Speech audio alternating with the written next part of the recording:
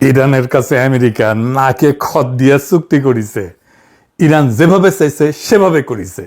এমনকি চুক্তি কি করতেছে সেটা তার প্রাণবন্ধু ইসরায়েলকে না দেখে চুক্তিটা সাইন করে ফেলছে। ইসরায়েল চেতিছে। ইসরায়েলের সাথে আমেরিকার সুখের সংসারে লাগিছে আগুন। এডিটর সাহেব, করুণ সুর হবে নাকি চাকভুম হবে বুঝতে পারছি না। কোনটা দিমো? চাকভুম দেবো? আজাদ দেয় না। $300 বিলিয়ন ক্ষতিপূরণ দিল ইরানকে আমেরিকা। অনেক তালেবর কইছিল ইরান হাইরা যাবে, ইরানের এই রেজিম টিকবে না। আমি বইলা গেছি বারে বারে ইরান হারবে না। আমি শুধু বইলাই যাই নাই, দেখাই দিছি কেন ইরানকে হারাইতে পারবে না আমেরিকা আর ইসরায়েল। বাংলাদেশে একটা প্রবাদ আছে, কাঙালের কথা বাজি হইলে ফলে। পিনাকি কাঙালের কথা বাসি হয়ে ফললো। আমি এই জন্যে ইমাম খামিনিকে মেরে ফেলার পর বাংলাদেশের পররাষ্ট্র মন্ত্রণালয়ের বিবৃতি নিয়ে রজার খলিলের ধুইছিলাম, উনারে তুলাধনা করছিলাম। এডিটর সাহেব তুলাধনার সাউন্ড দেন। উনার জ্ঞান নাকি সুয়ায় পড়ে আন্তর্জাতিক রাজনীতি নিয়ে, ভূ রাজনীতি নিয়ে, জিও পলিটিক্স নিয়ে, পররাষ্ট্র বিষয়ে। কইছিলাম এটা ইরান মনে রাখবে, কইছিলাম আমেরিকা হারবে আর দুনিয়ার পাওয়ারের ব্যালেন্স বদলায় যাবে। হইল এখন ইরান সামরিকভাবে দুর্বল ছিল, অনেক দুর্বল আমেরিকা আর ইসরায়েলের সম্মিলিত শক্তির কাছে। তাও এই অবিশ্বাস্য বিজয় কেমনে হইল এটা আমরা আজকে বুঝে দেখব। আর আমাদের জন্য এটাতে কি শিক্ষা আছে সেটাও আপনারা বুঝতে পারবেন। 2026-এর 6 মার্চ, বেশি দিন আগের কথা না, কয়েক মাস আগে, ট্রুথ সোশ্যালে ক্যাপিটাল লেটারে একটা পোস্ট দিল টেরাম মামু। 3টা শব্দ, আনকন্ডিশনাল সারেন্ডার, নিঃশর্ত আত্মসমর্পণ। এর কম কিছু না। ট্রাম্প বলল ইরানের সাথে কোনো ডিল হবে না যতক্ষণ পর্যন্ত না সম্পূর্ণভাবে তারা আত্মসমর্পণ করছে। শুধু তাই না, আরো কইছিল আত্মসমর্পণের পর একজন গ্রেট এবং গ্রহণযোগ্য নেতা, অ্যাকসেপ্টেবল নেতা কইছিল, এটা বেছে নেওয়া হবে। মানে কি? মানে ইরানের পরবর্তী সর্বোচ্চ নেতা কে হবে সেটাও ঠিক করবে ট্রাম্প নিজে, ওয়াশিংটন। ট্রাম্প বলছিল তাকে নতুন নেতা নির্বাচনের সময় তার সে থাকতে হবে। আর আজ 18 জুন চুক্তি সই হয়ে গেছে। ট্রাম্প নিজে চুক্তি সই করছে। কোথায় সই করছে জানেন? আল্লাহর কি কাম, ভার্সাই প্রাসাদে, এই ফ্রান্সে এসে, আমার কিছু দূর দূরেই।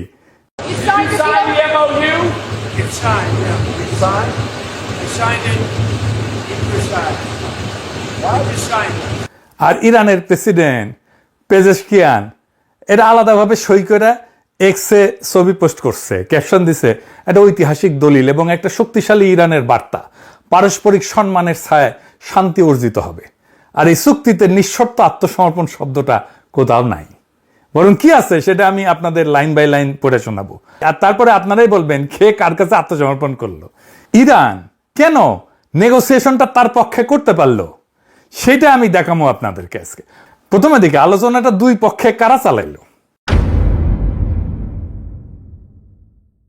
এক পাশে বসছে আব্বাস আরাগাজি, ইরানের পররাষ্ট্রমন্ত্রী, কেন্ট বিশ্ববিদ্যালয় থেকে রাষ্ট্রবিজ্ঞানে পিএইচডি।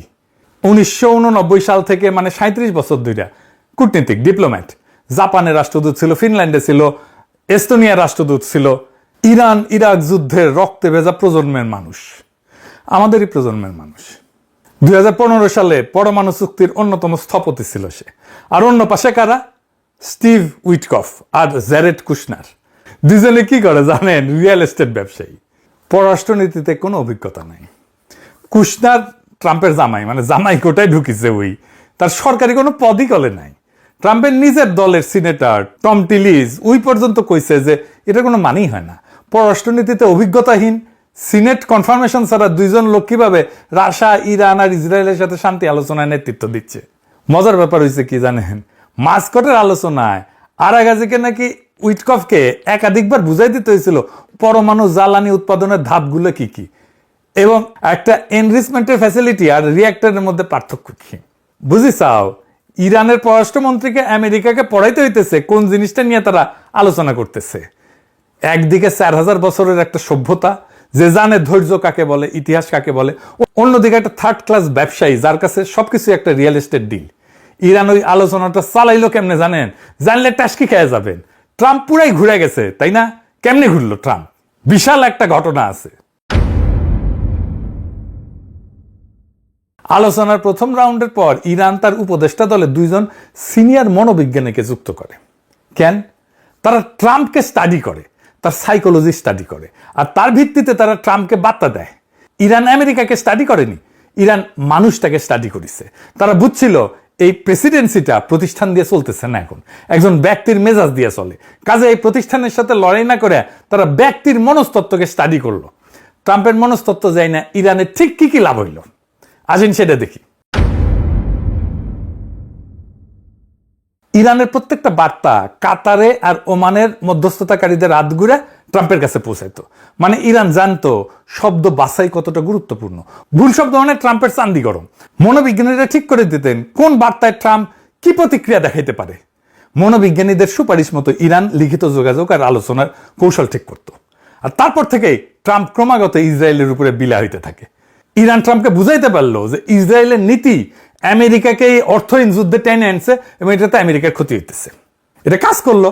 ট্রাম্প নেতানিয়াহুকে পাগল বললো, বিচার বুদ্ধিহীন বললো, গালি দিল। সাইকোলজিস্টরা কইছিল ট্রাম্প চাইছিল এমন একটা বিজয় যা বর্ণনা করা যায়, প্রচার করা যায়, ন্যারেটেবল ভিক্টরি হিসাবে। আর ইরান চাইছিল আত্মসমর্পণ ছাড়া চুক্তি। ইরান বুঝে গেছিল ট্রাম্পের আসলে দরকার বাস্তব বিজয় না, বিজয়ের একটা গল্প। তাই ইরান তাকে গল্পটা বলতে দিছে আর নিজে নিয়ে আসছে আসল জিনিসগুলো। অবরোধ তুলে ফেলছে, নিষেধাজ্ঞা বাতিল, আটকানো সম্পদ ফিরে পাইছে। মানে এটা শুধু একটা বুদ্ধিদীপ্ত কৌশল ছিল না, এটা রেজাল্ট দিছে। একদম গুনে গুনে অঙ্ক কষে মাপা যায় এমন রেজাল্ট দিছে। এবার আসেন দেখি চুক্তিতে কি লেখা আছে। 1 নম্বর দফা, যুদ্ধের তাৎক্ষণিক এবং স্থায়ী সমাপ্তি সব ফ্রন্টে, লেবানন সহ কেউ কারো বিরুদ্ধে কোনো হামলা করবে না। 2 নাম্বার, দুই দেশ একে অপরের সার্বভৌমত্ব, আঞ্চলিক অখণ্ডতাকে সম্মান করবে এবং আভ্যন্তরীণ বিষয়ে হস্তক্ষেপ করবে না। মার্চে ট্রাম্প বলছিল ইরানের পরবর্তী নেতা নির্বাচন করে দিবে, আর জুনের চুক্তিতে আমেরিকায় সই করতেছে আভ্যন্তরীণ বিষয়ে হস্তক্ষেপ করবে না। আমরা তোমাদের নেতা ঠিক করব থেকে আমরা তোমাদের আভ্যন্তরীণ বিষয়ে হাত দেব না। বুঝেছেন তো, কুটি থেকে কুটি আসিছে। 4 নম্বর দফা, আমেরিকা নৌ অবরোধ তুলে ফেলবে। 30 দিনের মধ্যে ইরানের আশপাশ থেকে নিজেদের সেনা প্রত্যাহার করবে। আমেরিকা সেনা প্রত্যাহার করবে, অবরোধ তুলবে, এগুলো কার দাবি ছিল? ইরানের তো। 6 নম্বর দফা, আমেরিকা আঞ্চলিক অংশীদারদের নিয়ে ইরানের পুনর্গঠনে এবং অর্থনৈতিক উন্নয়নে কমপক্ষে $300 বিলিয়ন একটা সুনির্দিষ্ট পরিকল্পনা তৈরি করবে। যে দেশকে নিঃশর্ত আত্মসমর্পণ করতে বলা হয়েছিল তার পুনর্গঠনের জন্য 300 বিলিয়নের অঙ্গীকার। 7 নম্বর দফা, আমেরিকা সব ধরনের নিষেধাজ্ঞা বাতিলের অঙ্গীকার করবে, সব স্যাংশন তুলে নেবে। জাতিসংঘ নিরাপত্তা পরিষদ রেজলিউশন, IAEA, বোর্ড অব গভর্নর্সের নিষেধাজ্ঞা, সব একতরফা মার্কিন নিষেধাজ্ঞা, প্রাইমারি এবং সেকেন্ডারি সব তুলে ফেলবে। 10 নম্বর দফা, সই হওয়ার সাথে সাথে নিষেধাজ্ঞা পুরোপুরি বাতিল হওয়ার আগে পর্যন্ত মার্কিন ট্রেজারি ইরানি তেল রপ্তানির জন্য কোনো বাধা দেবে না। পৃথিবীর সব দেশ এখন ইরান থেকে তেল কিনতে পারবে, লেনদেন করতে পারবে, ইরানের ব্যাংকের সাথে লেনদেন করতে পারবে। আগে ইরানকে তেল বিক্রি করতে হইতো অনেক কম দামে, মূলত চায়নাকে, কেউ লেনদেন করতে পারতো না ইরানের ব্যাংকের সাথে। এখন বাজার দরে তেল বিক্রি করতে পারবে ইরান সবার সাথে। ইরান এখন তার তেল বিশ্ববাজারে খোলাখুলি বিক্রি করতে পারবে। 11 নম্বর দফা, ইরানের জব্দ করা অর্থ এবং সম্পদ ফেরত দেওয়া হবে। আর পরমাণু অস্ত্র নিয়ে ইরান বলছে যে সে পরমাণু অস্ত্র সংগ্রহ বা তৈরি করবে না। এখানে কিন্তু ইরান কোনো ছাড় দেয়নি। এই অঙ্গীকার তারা গত 50 বছর ধরে করে আসতেছে, এটা তাদের প্রতিশ্রুতি। মিসাইল প্রোগ্রাম নিয়ে একটা শব্দও নাই। মিসাইল প্রোগ্রাম ধ্বংস করার এজেন্ডা ছিল ইসরায়েলের। তাহলে কে জিতলো? ইরান। যদিও ইরানকে এই যুদ্ধে ভয়ঙ্কর মূল্য দিতে হয়েছে। সর্বোচ্চ নেতা আয়াতুল্লাহ খামেনি যুদ্ধের প্রথম দিনে নিহত হয়েছেন, নিজের ভূখণ্ডে আক্রমণ হয়েছে, কৌশলগত সম্পদের ক্ষতি হয়েছে, এই সব কিছু হয়েছে, কিন্তু শেষ পর্যন্ত বিজয়ের হাসি আসলো ইরান। ইরান নিখুঁত নিরঙ্কুশ বিজয় পায়নি, এটা সত্য, কিন্তু ইরান হারেনি। হারা মানে আত্মসমর্পণ, হারা মানে নিজের সার্বভৌমত্ব বিসর্জন। এই চুক্তির 14টা দফার একটাতেও সে আত্মসমর্পণ নাই। ইরান শুধু এই চুক্তিতে যেতে নাই, আরো অনেক জায়গায় জিতেছে। কোথায় কোথায় জিতেছে? ইরান যুদ্ধবিদ্যায় নতুন টার্মিনোলজি আনছে এবং সেটা সফল প্রয়োগ করছে। অ্যাসিমেট্রি বলে, মানে শক্তিতে দুর্বল হওয়াটাই তার শক্তিমত্তা। তার কয়েক হাজার ডলারের সাহেব ড্রোন ঠেকাইতে শত্রুর মিলিয়ন মিলিয়ন ডলারের ইন্টারসেপ্টর ছুটতে হয়। সে যুদ্ধটাকে শত্রুর জন্য বিশাল অপজয়ের যুদ্ধ বানাই দিয়েছিল। এটা কয় ওয়ার অফ অ্যাট্রিশন। ইরান শিখছিল 2024 আর 2025 সংঘাত থেকে। এবার তারা কৌশল বদলালো, কম কিন্তু নিখুঁত আঘাত দীর্ঘ সময় ধরে। ইরানের মিসাইল ছোড়ার ধরন ছিল ডিসপারশন, মানে দিনের বিভিন্ন সময়ে বিভিন্ন এলাকায় ছড়ায় ছড়ায় সে মিসাইল মারত।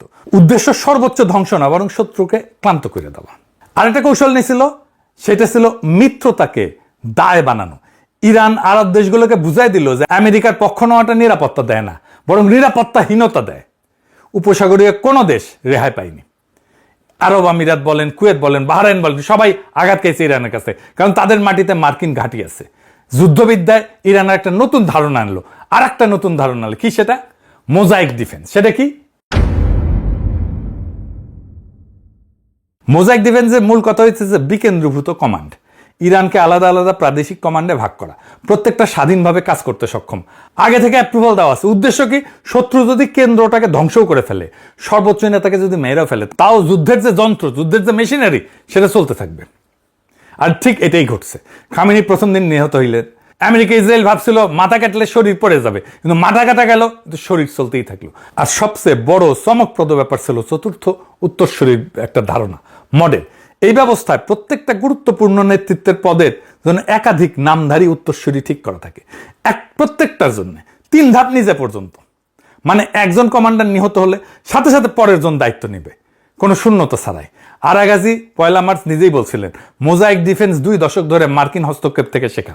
এটাই ইরানকে সিদ্ধান্ত নিতে দেবে কখন যুদ্ধ শেষ হবে। বুঝিসাও? মানে বলছে, ওরাই বলছে আমরা ঠিক করবো কখন যুদ্ধ শেষ হবে। এটাই ছিল তাদের আসল অস্ত্র। আর কস্ট অ্যাসিমেট্রি তো আছে, সস্তা ড্রোন দিয়া দামি প্রতিরক্ষাকে ফোকলা করিয়া দিছে একেবারে। ইসরায়েল কি বলিছে এই চুক্তি দেখা? আমেরিকার ইসরায়েলের বাইরাবাড়ি শুরু হয়ে গেছে। এটা সাউন্ড দেন, বাইরাবাড়ি সাউন্ড দেন। ইসরায়েল তো মহাবিলা। নেতানিয়াহু নিজের সাবেক জাতীয় নিরাপত্তা উপদেষ্টা ইয়াকব আমিদ্রর, সে কইছে যে এটা একটা বাজে চুক্তি। আমেরিকানরা নগদ অর্থ দেইলা বড় জোর একটা কাগজ পেয়েছে, কইছে ইচ্ছাপত্র, অভিপ্রায়পত্র। টাইমস অফ ইসরায়েলের সম্পাদক এটা বলছে বিপর্যয়কর আত্মসমর্পণ। আর সাবেক উপনিরাপত্তা উপদেষ্টা চাক ফ্রিলিক বলছে যে ইরান আরো শক্তিশালী হইয়া বেড়াইছে। আত্মসমর্পণ যেই শব্দ মারছে, ট্রাম্প ইরানকে হুমকি দিছিল জুনে, সেই শব্দ দিয়া ইসরায়েলেরা নিজেদের অবস্থা বর্ণনা করতেছে। আর ইসরায়েলে ক্ষোভের জবাবে আমেরিকা কি করলো? পিঠ চাপড়ে সান্ত্বনা দিল না ধমক দিছে? 18 জুন হোয়াইট হাউসে ব্রিফিং এ ভাইস প্রেসিডেন্ট জেডি ভ্যান্স ইসরায়েলকে বলছে, একটা সলিড বাম্বু দিছে, বলছে যে আমি ইসরায়েলের মন্ত্রিসভায় থাকলে গোটা দুনিয়ায় আমরা একমাত্র শক্তিশালী মিত্রকে আক্রমণ করতাম না। আমেরিকার ভাইস প্রেসিডেন্ট ইসরায়েলকে মনে করায় দিচ্ছে তোমার একমাত্র বড় মিত্র আমরা, আর তোমরা বাকি দুনিয়াকে চটায় ফেলছো। ট্রাম্পই তার ভাষায় এই মুহূর্তে দুনিয়ার একমাত্র রাষ্ট্রপ্রধান যে ইসরায়েলের প্রতি সহানুভূতিশীল। আর সবচেয়ে কড়া খোঁচাটা ভ্যান্স মনে করাই দিচ্ছে, ইসরায়েলের প্রতিরক্ষা অস্ত্রের 2/3 আমেরিকার হাতে তৈরি, আমেরিকান করদাতার পয়সায় কেনা। এইটা একটা প্রচ্ছন্ন হুমকি। চুক্তি ভাঙলে এই অস্ত্রের যোগান বন্ধ হইতে পারে। ইরানকে নিঃশর্ত আত্মসমর্পণ যে করাইতে চাইছিল, সেই আমেরিকায় এখন তার নিজের ঘনিষ্ঠতম মিত্রকে প্রকাশ্যে ধমকাইতেছে ইরানের সাথে করা চুক্তি রক্ষা করার জন্য। ডিভোর্সটা আর গোপন নাই, টিভি ক্যামেরার সামনে। আমেরিকা আর ইসরায়েলের প্রণয়ের ফলে জন্ম নিছিল ইন্ডিয়া, এ তো এতিম হইয়া গেল। এইবার হবে এটা সানায়ের করুণ সুর। কিন্তু এর মধ্যে দিয়া কি তৈরি হইল? একটা নতুন মধ্যপ্রাচ্য। ভারসাম্য বদলে গেল, সম্পর্ক বদলে গেল একটি পলকে। কি সেটা? দুবাই কিন্তু শেষ। ইরানের উপরে আমেরিকার কড়া নিষেধাজ্ঞার কারণে ইরান আন্তর্জাতিক ব্যাংকিং ব্যবস্থা থেকে বিচ্ছিন্ন ছিল। সেই জন্যে ইরানি ব্যাংকগুলো কোনো লেনদেন করতে পারতো না। মানে ইরানের সরাসরি ডলারে আন্তর্জাতিক বাণিজ্য করতে পারতো না। তেল বেচে টাকা আনা বা বিদেশ থেকে পণ্য কেনার বিল মেটানো কোনোটাই সরাসরি সম্ভব ছিল না। তাহলে ইরান কি করত? সে দুবাইকে ব্যবহার করত মধ্যবর্তী আর্থিক চ্যানেল হিসাবে। হাজার হাজার ইরানি ব্যবসায়ী দুবাইয়ে কোম্পানি এবং ব্যাংক অ্যাকাউন্ট খুলে রাখত। দুবাই ভিত্তিক কোম্পানি এবং মানি এক্সচেঞ্জ দিয়া ইরান তার লেনদেন ঘুরায় ঘুরায় করত। ইরানি তেলের টাকা সরাসরি তেহরানে আসতো না, আসতো দুবাইয়ের একটা কোম্পানির অ্যাকাউন্টে। তারপর সেখান থেকে পণ্য বা অন্য রুটে ইরানে পৌঁছাইতো। ইরানের এই টাকা তো আর দুবাই আসবে না, তার মানে দুবাইয়ের অর্থনীতি ছোট হয়ে যাবে। কাতারের গুরুত্ব কমবে। কেন? কাতার ছিল কূটনৈতিক মধ্যস্থতাকারী ইরান আর আমেরিকার। কাতার একই সাথে দুই পক্ষের বন্ধু। একদিকে কাতারের আল উদেইদ বিমান ঘাঁটি আছে আমেরিকা, সবচেয়ে বড় বিমান ঘাঁটি এইটা মধ্যপ্রাচ্যে, মানে ওয়াশিংটনের ঘনিষ্ঠ মিত্র। অন্যদিকে কাতার ইরানের সাথেও সুসম্পর্ক রাখে, কারণ দুই দেশ বিশ্বের বৃহত্তম প্রাকৃতিক গ্যাস ক্ষেত্র সাউথ পার্স আর নর্থ ডোম ভাগাভাগি করে, যা পারস্য উপসাগরে আছে। এটা তাদের যৌথ সম্পদ। এই কারণে কাতার ইরানের সাথে শত্রুতা করতে পারে না, ইরানও কাতারের সাথে শত্রুতা করে না। এই দ্বৈত বন্ধুত্বই কাতারকে আদর্শ একটা মধ্যস্থতাকারী বানাইছে। আমেরিকা ইরান যেহেতু 1980 সাল থেকে সরাসরি কূটনৈতিক সম্পর্ক রাখে না, তাই তাদের একটা বিশ্বস্ত তৃতীয় পক্ষ দরকার যে দুই তরফেই বার্তা পৌঁছে দিতে পারে। কাতার এবং ওমান ঐতিহাসিকভাবে এই কাজটা করে আসছে। যুদ্ধবন্দী বিনিময় বলেন, জিম্মি মুক্তি বলেন, পরমাণু আলোচনা বলেন, এমনকি গাজা যুদ্ধবিরতিতেও কাতার মধ্যস্থতা করছে। এভাবেই কাতার আঞ্চলিক কূটনীতিতে নিজের গুরুত্ব এবং প্রভাব ধরে রাখত। এই চুক্তির পর সেই ভূমিকা বদলাই গেছে। এবারে চূড়ান্ত মধ্যস্থতায় বড় ভূমিকা নিছে পাকিস্তান। এটার নামই তো ইসলামাবাদ মেমোরান্ডাম। পাকিস্তানকে ধন্যবাদ দেয় ইরানের রাস্তায় রাস্তায় মিছিল করছে ইরানিরা।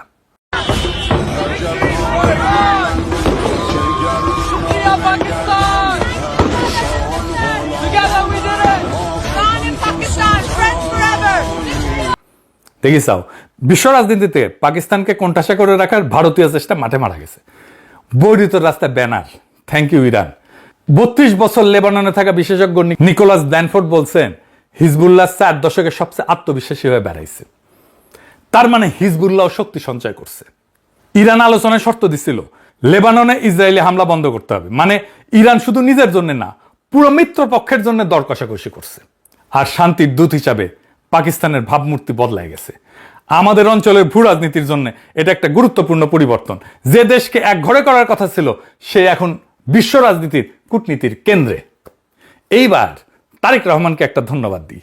সে একজন বিশ্ব রাজনীতিতে 10টা পিএইচডি করা স্ট্র্যাটেজিক অ্যাডভাইজার রাখিছে, যে ইরান যুদ্ধের ভবিষ্যৎ নিয়ে ভবিষ্যৎবাণী করেছিল। অক্ষরে অক্ষরে পয়েন্টে পয়েন্টে মিলে গেছে। হ্যাঁ, শুনে নেই এটা সেটা। হ্যাঁ, এইটা সে শোনা। ইরান খুব বেশি সুবিধে করতে পারবে না, এটা মনে করার কারণ ছিল। ইরান পরাজিত হওয়ার মুখে আছে, এটা অনুমান কেন করা যাচ্ছিল এবং এটা বাস্তবে হচ্ছে, সেটা হচ্ছে যুদ্ধটা ধরে রাখা আসলে ইরানের জন্য মেজর সংকট হবে। কিন্তু ইরান এই চাপটা মোটামুটি নিশ্চিত যে ধরে রাখতে পারছে না। তাহলে ইরান কি সাস্টেইন করতে পারবে? উত্তর হচ্ছে পারবে না। এটা পারার কথা ছিল না। যে রেজিম তাদের আছে, এই রেজিমটা তাদের সব রকম বিকাশকে রুদ্ধ করে বলে আমি মনে করি। কিন্তু রাশিয়াও কি ইরানকে কোনো অস্ত্র সাহায্য করবে? আমার মনে হয় না। চায়নাও কি করবে? আমার মনে হয় না। চায়না এই যুদ্ধে অন্তত অস্ত্র দিয়ে ইরানকে সাহায্য করবে মনে করার কারণ নেই। কিন্তু ইরান এটা আসলে আর বেশি দিন চালাতে পারবে না। ইনফ্যাক্ট একটা হিসেবে দেখা গেছে যে আস্তে আস্তে ইরানের মিসাইল লঞ্চিং কমছে, আর ইরান খুব বেশি দিন মানে যুদ্ধটা চালিয়ে যেতে পারবে না। এটা মোটামুটি নিশ্চিতভাবেই বলা যায়। হঠাৎ কিছু মিসাইল অ্যাটাক সে করবে। এই মুহূর্তে বলা যায় ইরান বেশ সংকটে আছে এবং সে খুব বেশি আগাতে পারবে না। ইরানের রেজিম খুব বড় চাপের মুখে আছে। সেই রেজিমের পতন হওয়ার সম্ভাবনাও খানিকটা আছে, অনেক এখনো দেখছি না, কিন্তু সম্ভাবনা উড়িয়ে দেওয়া যাবে না। শুনিছেন, মিলিছে না? ওরে তো ইলন মাস্ক টোকাই নিতে গেছিল, পারে নাই, খপ কইরা তারেক রহমান তার উপদেষ্টা বানায় দিচ্ছে। ইনকা স্ট্র্যাটেজিক উপদেষ্টা থাকলে হাঙ্কেরে আর কোনো চিন্তা নাই। যাই হোক, আজকের দিনটা নোট করে রাখেন। বিশ্ব রাজনীতিতে, বিশ্ব অর্থনীতিতে ভারতের ভূমিকা কমতে থাকবে এখন থেকে ক্রমাগত। ভারতের পতন শুরু হইল, আমরা এক নতুন কাল পর্বে প্রবেশ করলাম। এইটা আমাদের জন্য সুসংবাদ। দুনিয়ার আগের মতো থাকবে না। আমরা যেই দুনিয়ার স্বপ্ন দেখি, সেই দুনিয়া তৈরি হওয়া শুরু হলো। আপনাদের অভিনন্দন। এই বিজয় আপনাদেরও। এই বিজয় মজলুমের। নতুন দুনিয়ায় আপনাদের স্বাগত জানাই। ইনকিলাব জিন্দাবাদ।